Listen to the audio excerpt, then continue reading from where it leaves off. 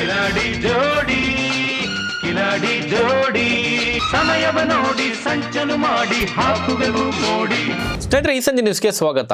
ಮೊನ್ನೆ ಅಷ್ಟೇ ಡಿ.ಕೆ. ಶಿವಕುಮಾರ್ ಅವರನ್ನ ಸಿಎಂ ಸಿದ್ದರಾಮಯ್ಯನವರು ತಮ್ಮ ನಿವಾಸಕ್ಕೆ ಬ್ರೇಕ್ಫಾಸ್ಟ್ ಮೀಟಿಂಗ್ಗೆ ಕರೆದಿದ್ರು. ಇವತ್ತು ಡಿ.ಕೆ. ಶಿವಕುಮಾರ್ ಅವರ ಮನೆಯಲ್ಲಿ ಬ್ರೇಕ್ಫಾಸ್ಟ್. ಸೊ ಏನೆಲ್ಲ ಇದೆ ಅನ್ನುವಂಥದ್ದು ಕುತೂಹಲ ನಿನ್ನೆಯಿಂದ ಕೂಡ ಬ್ರೇಕ್ ಮಾಡ್ತಾ ಇರುವಂಥದ್ದು. ರಾಜಕೀಯ ಪಂಡಿತರು ವಿಶ್ಲೇಷಣೆ ಮಾಡಿದ್ರೆ ಒಂದು ರೀತಿಯಲ್ಲಿ ಮುಗದೊಂದು ಕಡೆ ನಾಟಿ ಕೋಳಿ ಊಟ ಸವಿಯೋದಕ್ಕೆ ಡಿ.ಕೆ. ಶಿವಕುಮಾರ್ ಅವರ ನಿವಾಸಕ್ಕೆ ಸಿಎಂ ಸಿದ್ದರಾಮಯ್ಯನವರು ಭೇಟಿ, ಈ ರೀತಿಯೆಲ್ಲ ಚರ್ಚೆಗಳು. ಬಟ್ ಅಲ್ಲಿ ಅಸಲಿಗೆ ಆಗ್ತಾ ಇರುವಂಥ ಈ ಒಂದು ಬ್ರೇಕ್ಫಾಸ್ಟ್ನ ಈ ಒಂದು ಮೀಟಿಂಗ್ನ ಅಸಲಿ ಕಾರಣ ಏನು ಅನ್ನೋದನ್ನ ನೋಡೋದಾದ್ರೆ ಬಹಳ ಸ್ಪಷ್ಟವಾಗಿ ಗೊತ್ತಾಗುತ್ತೆ. ನಾವಿಬ್ರು ಕೂಡ ಕಿಲಾಡಿ ಜೋಡಿ.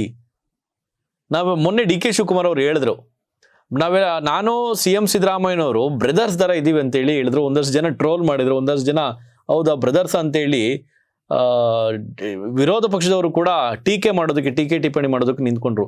ಬಟ್ ಏನೇ ಆದರೂ ಕೂಡ ಎಲ್ಲದರ ನಡುವೆ ಈ ಕಿಲಾಡಿ ಜೋಡಿಗಳ ಈ ಸ್ಟ್ರಾಟರ್ಜಿ ಇದೆಯಲ್ಲ, ಅದಂತೂ ಮಾತ್ರ ಅದ್ಭುತ ಅಂತ ಹೇಳ್ಬೋದು. ಯಾಕಂದರೆ ಯಾವುದೇ ಕಾರಣಕ್ಕೂ ವಿರೋಧ ಪಾಳೆಯಕ್ಕೆ ತಮ್ಮ ವೀಕ್ನೆಸ್ ಅನ್ನ ಅಥವಾ ತಮ್ಮ ಒಳ ಬೇಗುದಿಯನ್ನ ಬಿಟ್ಟು ಕೊಡದ ರೀತಿನಲ್ಲಿ ಹೈಕಮಾಂಡ್ ಹೇಳಿದಂಥ ಒಂದೇ ಒಂದು ಕಟ್ಟಪ್ಪಣೆಯ ಪಾಲಿಸ್ತಾ ಇರುವಂಥ ಶಿಸ್ತಿನ ಸಿಪಾಯಿಗಳು, ಕಿಲಾಡಿ ಜೋಡಿಗಳು ಯಾರು ಅಂದರೆ ಅದು ಡಿ.ಕೆ. ಶಿವಕುಮಾರ್ ಮತ್ತು ಸಿಎಂ ಸಿದ್ದರಾಮಯ್ಯನವರು ಅಂತ ಹೇಳಿ ಘಂಟಾಘೋಷವಾಗಿ ಹೇಳ್ಬೋದು.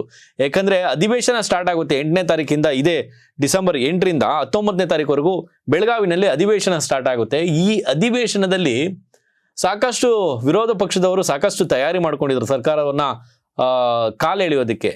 ಅದಕ್ಕೂ ಮುಂಚೆ ಏನೆಲ್ಲ ಬೆಳವಣಿಗೆ ಇತ್ತು, ನವೆಂಬರ್ನಲ್ಲಿ ದೊಡ್ಡ ಕ್ರಾಂತಿ ಆಗುತ್ತೆ, ಸರ್ಕಾರ ಬಿದ್ದೋಗ್ಬಿಡುತ್ತೆ, ಸಿಎಂ ಸಿದ್ದರಾಮಯ್ಯನವರು ಏಕಾಂಗಿ ಆಗ್ತಾರೆ, ಇಲ್ಲಿ ಡಿ.ಕೆ. ಶಿವಕುಮಾರ್ ಅವರು ತಮ್ಮ ಬಣವನ್ನು ಕರ್ಕೊಂಬಂದು ಬಿಜೆಪಿಗೆ ಬಂದ್ಬಿಡ್ತಾರೆ. ಈ ರೀತಿಯ ವಿಶ್ಲೇಷಣೆಯನ್ನು ಕೂಡ ಮಾಡಿದ್ರು.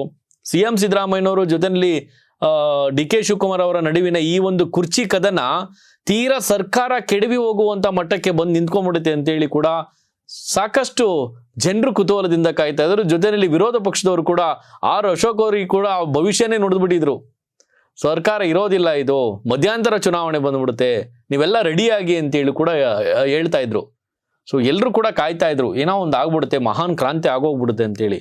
ಎಲ್ಲರ ನಿರೀಕ್ಷೆಯನ್ನ ಹುಸಿಗೊಳಿಸ್ಬಿಟ್ರು ಈ ಕಿಲಾಡಿ ಜೋಡಿಗಳು.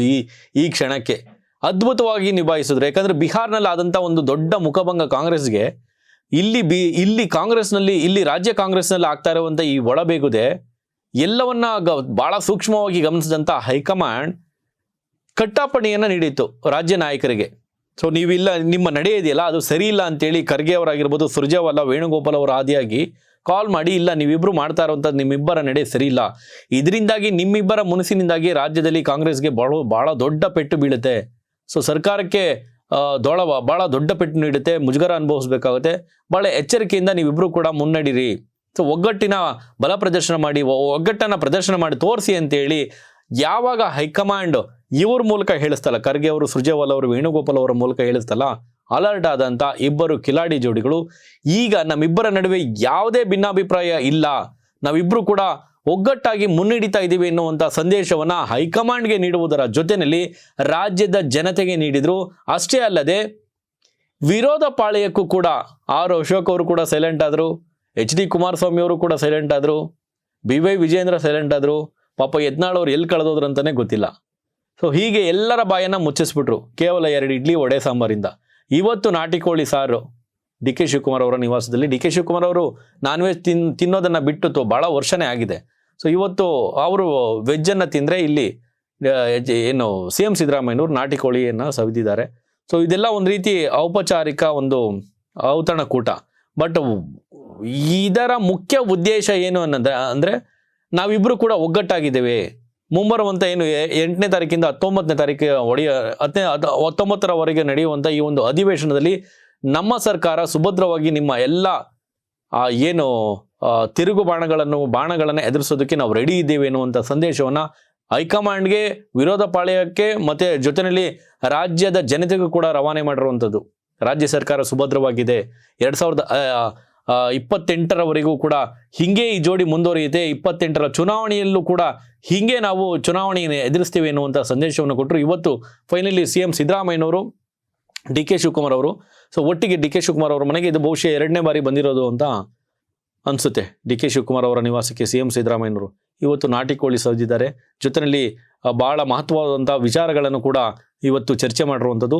ಯಾವುದೇ ಕಾರಣಕ್ಕೂ ಸರ್ಕಾರ ಎಲ್ಲ ಸವಾಲುಗಳನ್ನು ಏನು ಅಧಿವೇಶನದಲ್ಲಿ ಆಗುವಂಥ 8ನೇ ತಾರೀಕಿಂದ 19ನೇ ತಾರೀಕು ವರೆಗೂ ಆಗುವಂಥ ಅಧಿವೇಶನದಲ್ಲಿ ಆಗುವಂಥ ಆ ಒಂದು ಏನು ಎದುರಾಳಿಯ ಎಲ್ಲ ಆ ಬಾಣಗಳನ್ನು ಸಮರ್ಥವಾಗಿ ಎದುರಿಸೋದಕ್ಕೆ ಇಬ್ಬರು ಕಿಲಾಡಿ ಜೋಡಿಗಳು ಕೂಡ ಸಿದ್ಧತೆಯನ್ನು ನಡೆಸ್ಕೊಂಡಿರೋದು. ನಾವು ಜೋಡಿಯಾಗಿ ಒಟ್ಟಾಗಿ ನಾವು ಇದ್ದೇವೆ, ಅಂದರೆ ನಮ್ಮಲ್ಲಿ ಒಗ್ಗಟ್ಟಿದೆ, ಒಗ್ಗಟ್ಟಿನಲ್ಲಿ ಬಲವಿದೆ ಎನ್ನುವಂಥ ಸಂದೇಶವನ್ನು ಹೈಕಮಾಂಡ್ ಕಳಿಸಿದ್ದಾರೆ. ವಿರೋಧ ಪಾಳಯಕ್ಕೂ ಎಚ್ಚರಿಸಿದ್ದಾರೆ. ಜೊತೆಯಲ್ಲಿ ರಾಜ್ಯ ಜನತೆಗೂ ಕೂಡ ಒಂದು ಸ್ಪಷ್ಟವಾದಂಥ ಒಂದು ಸಂದೇಶವನ್ನು ರವಾನಿಸಿದ್ದಾರೆ. ಸ್ನೇಹಿತರೆ, ನಿಮ್ಮ ಅನಿಸಿಕೆ ಪ್ರಕಾರ ಡಿ ಕೆ ಶಿವಕುಮಾರ್ ಅವರಿಗೆ ಮುಖ್ಯಮಂತ್ರಿ ಸ್ಥಾನ ಅನ್ನುವಂಥದ್ದು ದಕ್ಕುತ್ತಾ? 8ರಿಂದ 19ನೇ ತಾರೀಕು ವರೆಗೂ ನಡೆಯುವಂಥ ಅಧಿವೇಶನದಲ್ಲಿ ಏನೆಲ್ಲ ಬೆಳವಣಿಗೆ ಆಗ್ಬೋದು? ನಿಮ್ಮ ಅನಿಸಿಕೆಯನ್ನು ಕಮೆಂಟ್ ಮಾಡಿ. ನೋಡ್ತಾ ಇರಿ ಸಂಜೆ ನ್ಯೂಸ್, ಇದು ಸಮಸ್ತ ಕನ್ನಡಿಗರ ಧ್ವನಿ.